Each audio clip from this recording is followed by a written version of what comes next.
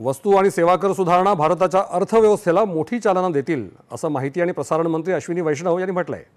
जीएसटीमध्ये मोठी कपात करून पंतप्रधानांनी सर्वसामान्यांना दिलासा आणि सणासुदीच्या काळात मध्यमवर्गीयांना भेट दिली आहे असं त्यांनी नवी दिल्लीत पत्रकार परिषदेत बोलताना सांगितलं। जीएसटी सुधारणांमुळे देशाच्या सकल राष्ट्रीय उत्पादनात अर्थात जीडीपीत सुमारे 20 लाख कोटी रुपयांची भर पडेल। पर्यायाने अर्थव्यवस्थेला चालना मिळेल असा विश्वास देखील त्यांनी व्यक्त केला आहे।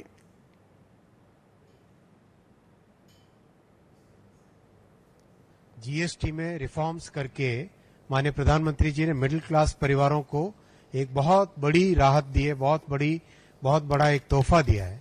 प्योर इकोनॉमिक्स के पॉइंट ऑफ व्यू से बात करें, हमारी देश की जीडीपी है करीब 330 लाख करोड़ की अभी। इसमें से करीब 202 लाख करोड़ हमारा कंजम्पशन है, 202 आउट ऑफ 330।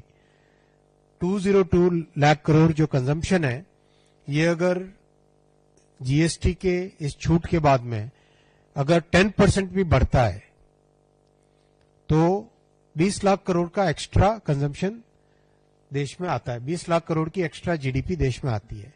तो ये अपने आप में बहुत महत्वपूर्ण है, बिकॉज प्रोडक्शन जब बढ़ता है तो स्वाभाविक है कि उसका रोजगार का इम्पैक्ट आता है, रोजगार बढ़ता है, उससे स्वाभाविक है कि बहुत सारी जो जितनी गतिविधियां हैं, जितनी हमारी आर्थिक गतिविधियां हैं, वो सब बढ़ने लगती है एक के बाद एक। तरीके से एक ये वर्चुअस साइकिल इससे क्रिएट होती है।